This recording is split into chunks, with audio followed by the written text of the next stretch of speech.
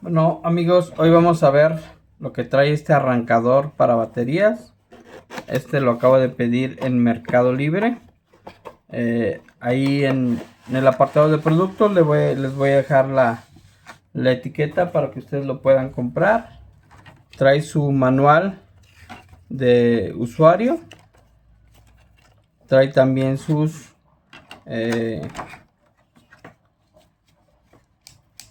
pinzas para conectarlo.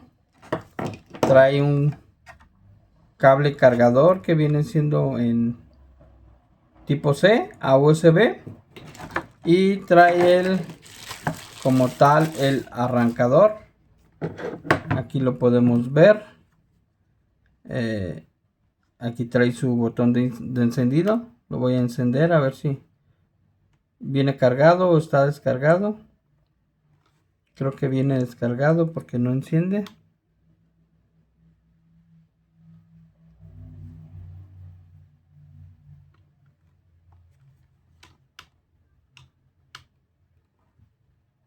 Ya parece que ya encendió. Ya está marcando aquí el nivel de batería, que está en 73. Entonces aquí nos trae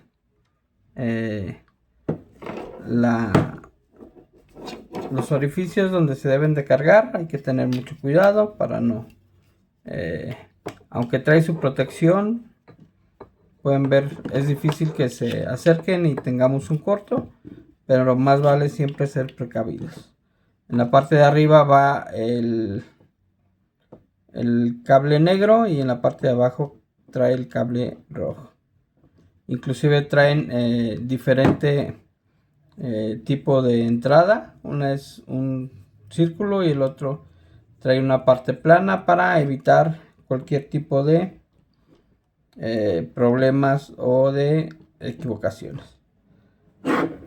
Y bueno, más adelante, ahorita afortunadamente pues yo no tengo ningún vehículo con carga con la batería descargada, pero en algún otro video les puedo hacer una muestra de este arrancador de batería que ustedes pueden conseguir en Mercado Libre. En la descripción les voy a dejar la liga para que lo puedan comprar. También recordarles que cada compra que ustedes hagan a través de los enlaces nos ayudan a nosotros en el canal, ya que nos brindan una pequeña comisión que nos da la posibilidad de seguir generando contenido.